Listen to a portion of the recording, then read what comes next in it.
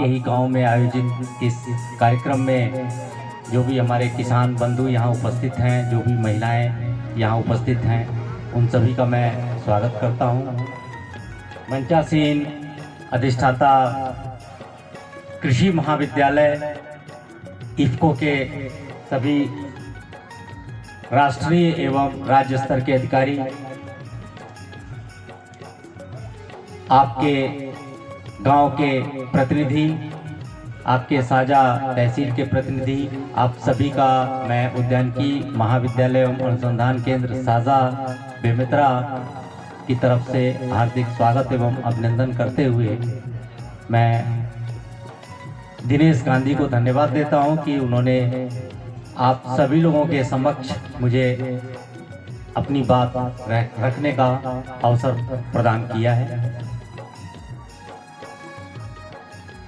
गांधी जी ने आग्रह किया कि विशेष रूप से उद्यानिकी की फसलों में नैनो टेक्नोलॉजी के द्वारा उत्पादित ये आपका रासायनिक उर्वरक किस प्रकार से सहयोगी हो सकता है। मैं बहुत ज़्यादा तो समय नहीं लूँगा, लेकिन जो सार है खेती का, जो मेरी 50 वर्ष उम्र हो रही है और जो कुछ मैं अपने बचपन से खेती में देखता आया हूँ, समझता आया हूँ, जो कुछ भी मैंने अनुभव लिया है, उसके आधार पर संक्षेप में मैं अपनी बात यहाँ आप सभी लोगों के सामने रखना चाहूँगा। पहली बात तो ये तय है कि जो परंपरागत खेती से हम धान्य फसलों का जो उत्पादन लेते आ रहे हैं, अगर उनकी जगह हम उद्यानिकी फसलों का उत्पादन लेते हैं तो निश्चित रूप से आपके लाभ में बढ़ोतरी होगी, इजाफा होगा। लेकिन ये सोचने से ही नहीं होगा। हम केवल अपने घर में बैठ करके, किसान होने के नाते केवल बैठ करके सोचते रहें कि मैं ऐसा कर लूं, ऐसा कर लूं, ऐसा कर लूं, ऐसा कर लूं, यानी केवल प्लानिंग करता रहूं, केवल योजनाएं बनाता रहूं, तो उससे कुछ नहीं होने वाला है। योजनाओं को क्रियान्वित करने की आवश्यकता है। गांव की एक बहुत बड़ी समस्या होती है, आप में से कोई बता सकता है? सभी लोग ग्रामवासी हैं और वर्तमान परिवेश में सबसे बड़ी समस्या आज उभर करके क्या आ रही है? कोई किसान बता सकता है? जिस प्रकार से हमारे खेती में समय के अनुरूप तकनीकियों में परिवर्तन हो रहा है, उसके परिप्रेक्ष्य में हमारे गांव में कुशल कार्य करने वाले उपलब्ध नहीं है। हम नैनो टेक्नोलॉजी की बात कर रहे हैं। नैनो टेक्नोलॉजी का इस्तेमाल करने के लिए हमको कौशल की आवश्यकता है, ऐसे लोगों की आवश्यकता है जो इन तकनीकियों का इस्तेमाल करने में दक्ष हों, कुशल हों। तो हमारे किसान भाई जो एक सबसे बड़ी समस्या से जूझ रहे हैं कि उनको खेत में काम करने के लिए कुशल श्रमिक की कमी है। मानते हैं आप लोग? मानते हैं कि नहीं मानते हैं इस चीज को? जो किसान वास्तव में किसान है और अपने खेत पे खेती कर रहा है, उसको अपने खेत में खुद काम करना पड़ रहा है। आज का ये परिवेश हो गया है। हमारी नई जनरेशन खेती की तरफ नहीं जा रही है। उनकी सोच में क्या है?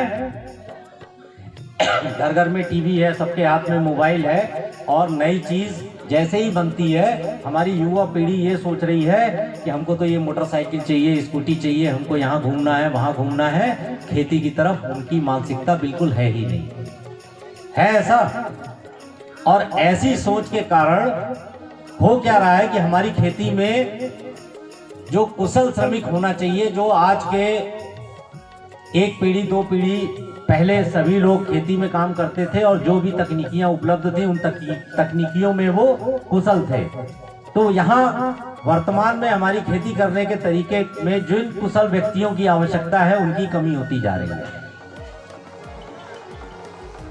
जब आपको निराई गुड़ाई करनी है, गांव में कोई नहीं है, और एक परंपरा और देखी है मैंने युवाओं में कि जब घर में किसी विशेष काम की आवश्यकता पड़ती है तो युवा पीढ़ी बहाना बना करके चल देती है। और छत्तीसगढ़ में तो हमने देखा है कि कहाँ जा रहे हो भैया, तो वैष्णो देवी के दर्शन करने जा रहे हैं। जब धान की कटाई का समय है तो वैष्णो देवी के दर्शन के लिए जा रहे हैं। और परिणाम क्या हो रहा है कि गांव में जो वास्तव में किसान है वो उस परिस्थिति को झेल रहा है कि खेत में फसल खड़ी है, पक गई है, काटना है और फसल का समय सीमा खत्म हो चुकी है, जिसकी वजह से वो खेत में उसकी फसल का नुकसान हो रहा है। तो ये आज हमारे खेती में समय की मांग है कि हमको आधुनिकीकरण की तरफ जाना होगा, हमको मशीनीकरण की तरफ जाना होगा। मैं अभी अधिकारियों के साथ कार्यक्रम आरंभ होने से पहले था, मुझे बड़ा अच्छा लगा।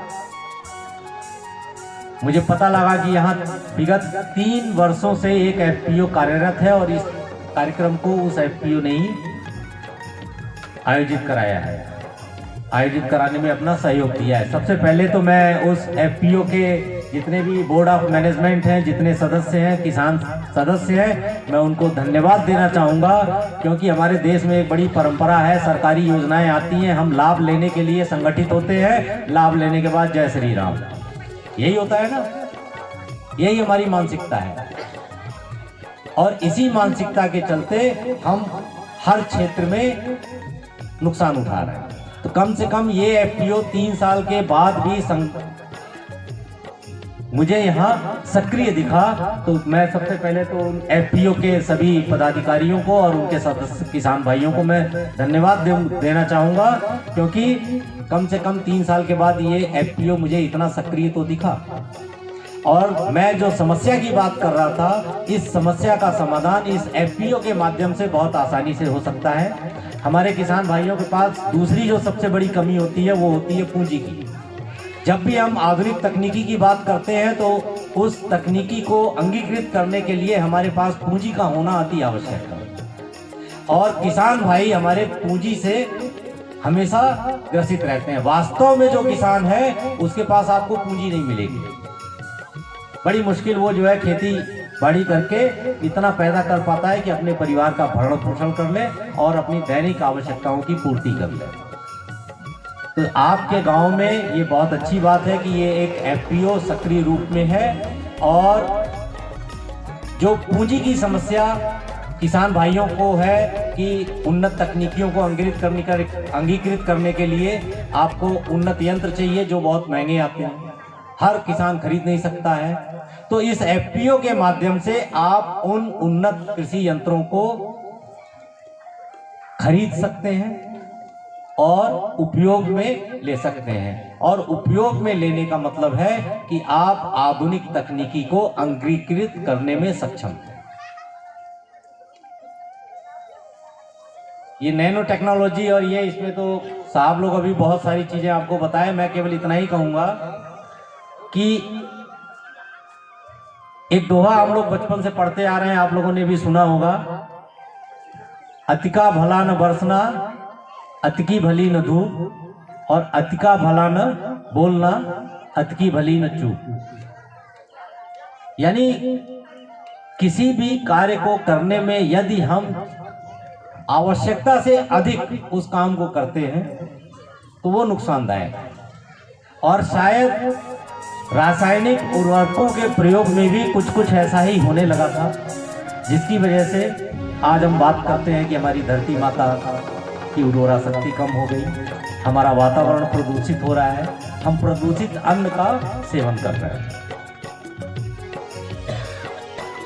आप सभी किसान इस बात से चिंतित रहते हैं, साथ में शासन भी चिंतित है, और जितनी भी संस्थाएं किसानों के हित के लिए निर्मित हुई हैं उन सभी की भी चिंता का विषय यही है कि आज जो हमारा वातावरण दूषित हो रहा है, हमारा जो अन्न उससे दुष्प्रभावित हो रहा है, हमारी उपज दुष्प्रभावित हो रही है, हमारी आमदनी प्रभावित हो रही है, इसको कैसे सुधारा जाए। और इसी दिशा में इफ्को का एक प्रयास नैनो टेक्नोलॉजी के रूप में रासायनिक उर्वरकों को लेकर के आपके सामने आया है।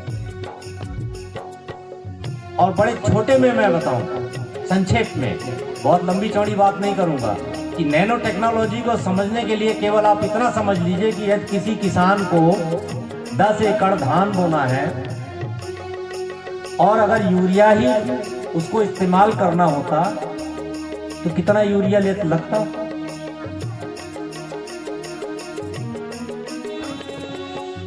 अंदाजा करें, कोई किसान कम से कम 10 एकड़ में अगर उसको यूरिया डालना है तो कम से कम 10 बोरा तो लेके आएगा।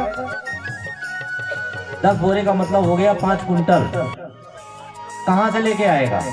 या तो दुकान से लेके आएगा या सोसाइटी से लेके आएगा। उसका घर वहीं सोसाइटी और दुकान के बगल में तो नहीं है, और फिर उसका खेत भी घर में ही नहीं है।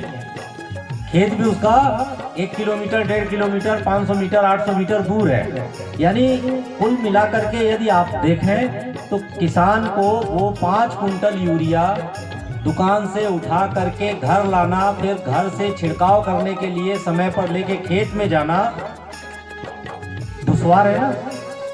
आदमी चाहिए। अगर 50 किलो का एक बैग खुद ही अपने सिर पे उठाने में किसान सक्षम है, अकेले तो नहीं उठा सकता, दूसरा आदमी सहयोग करने के लिए चाहिए कि उठा के उसके सिर पे रख दे।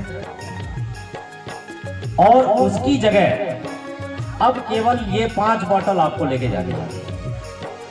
आसान है, आपका खर्च बचा, ट्रांसपोर्टेशन, यानी 5 कुंटल यूरिया वहां से लाद करके घर तक ले आना, घर से लाद करके खेत तक ले जाने में आपका कुछ तो खर्च होगा।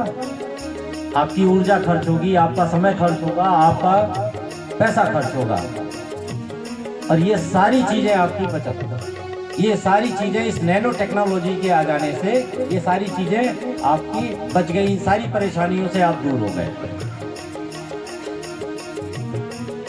इस उदाहरण के माध्यम से केवल मैं ये समझाना चाह रहा था कि नैनो टेक्नोलॉजी का इस्तेमाल करने से, उपयोग करने से आप कहां कहां बच सकते हैं। बहुत सारी और तमाम ऐसी दिक्कतों का सामना आप करते हैं जब खेती करते हैं, जिनको करना बड़ा मुश्किल होता है। कोई चीज़ भारी होती है, उठा करके ले जाना, ले आने, और ये हल्की सी चीज़ है।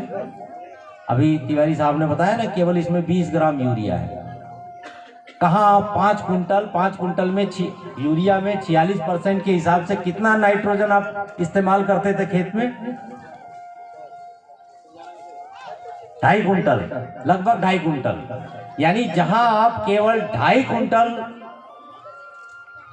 नाइट्रोजन का वातावरण से इस्तेमाल कर रहे थे, यूरिया बनाने में लगा होगा ना इतना। तो अगर 46% है तो 46% नाइट्रोजन होगा ना उसमें, वातावरण से कहीं से तो लिया होगा ना। तो वो नाइट्रोजन वातावरण से लेकर के हम, ये कंपनियां जितनी भी फर्टिलाइजर बनाती हैं, ये सारा वातावरण से लेती हैं सारे तत्वों को, और उसको फिर उर्वरक के रूप में कन्वर्ट करके आपको उपलब्ध कराती हैं। तो जहां आप 10 एकड़ खेत के लिए 2.5 कुंटल नाइट्रोजन का इस्तेमाल कर रहे थे, वहां एक बॉटल बताते हैं कि 1 एकड़ के लिए पर्याप्त है। 10 बॉटल लगेगी। एक बॉटल में कितना बताया नाइट्रोजन? 20 ग्राम, केवल 20 ग्राम बताया ना। और कितनी बॉटल लगी? 10 एकड़ में डालना है 10 बॉटल, यानी केवल 200 ग्राम नाइट्रोजन में आपका काम हो गया।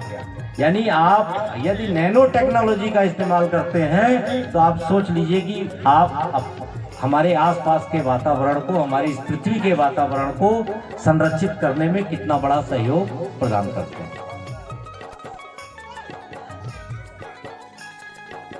खाद्यान्न की फसलों की अपेक्षा इस नैनो टेक्नोलॉजी से बना हुआ ये उर्वरक, मुझे लगता है कि यदि हम उद्यानिकी फसलों को इसमें इस्तेमाल करें तो इसका ज़्यादा फायदा और ज़्यादा मुनाफा आपको मिलेगा।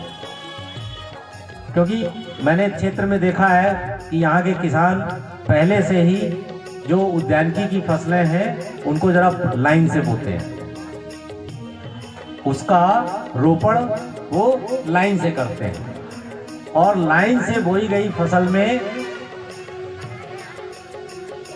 ये जो क्रियाएं हैं हमारी, उर्वरक देने की, गुड़ाई करने की, निराई करने की, सिंचाई करने की, ये सारी जो हमारी इंटरकल्चरल ऑपरेशंस हैं जितने भी, उनको करने में सुविधा होती है। और आप इसके अलावा और भी जो खेती की nano technologies, micro technologies, micro irrigation की बात करते हैं हम, ड्रिप इरिगेशन की बात करते हैं, जिसको टपक सिंचाई बोलते हैं आप स्प्रिंकलर की बात करते हैं, ये सारी टेक्नोलॉजी का भी आप इस्तेमाल कर सकते हैं। और वैसे ही हम जानते हैं कि हमारा छत्तीसगढ़ राज्य, जहाँ पर ज़मीन के नीचे सिंचाई का जल पर्याप्त नहीं है और बहुत सारी ऐसी जगह हैं जहाँ तो पीने का भी जल आसानी से उपलब्ध नहीं है, वहाँ खेती के लिए हमको इतना सारा जल कहाँ से मिलेगा सिंचाई करने के लिए। तो हम यदि माइक्रो इरिगेशन सिस्टम के साथ अगर रासायनिक उर्वरक का उपयोग करना चाहते हैं तो मुझे लगता है कि नैनो टेक्नोलॉजी से उत्पादित इन रासायनिक उर्वरकों से बेस्ट ऑप्शन कोई नहीं है।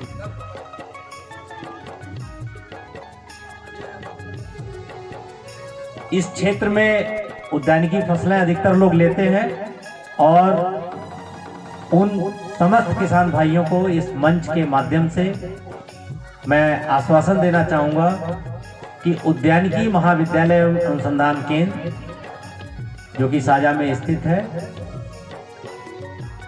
वहाँ के समस्त स्टाफ, समस्त वैज्ञानिक जो भी हैं, किसानों को इस टेक्नोलॉजी को अंगीकृत करने के लिए जो भी सहयोग, जिस प्रकार का भी प्रशिक्षण उनको चाहिए होगा, हमारा महाविद्यालय आप सभी लोगों की सेवा में तत्पर है। इन्हीं शब्दों के साथ मैं बहुत ज़्यादा समय नहीं लूँगा। दिनेश जी को धन्यवाद देते हुए कि मुझे आप सभी लोगों के समक्ष बोलने का इन्होंने अवसर प्रदान किया है, मैं अपनी वाणी को यहीं विराम देता हूँ। धन्यवाद। और आप सभी किसान भाइयों के लिए मैं उद्यानिकी महाविद्यालय एवं महात्मा गांधी उद्यानिकी एवं वानिकी विश्वविद्यालय की तरफ से आप सभी लोगों को शुभकामनाएं प्रेषित करता हूँ।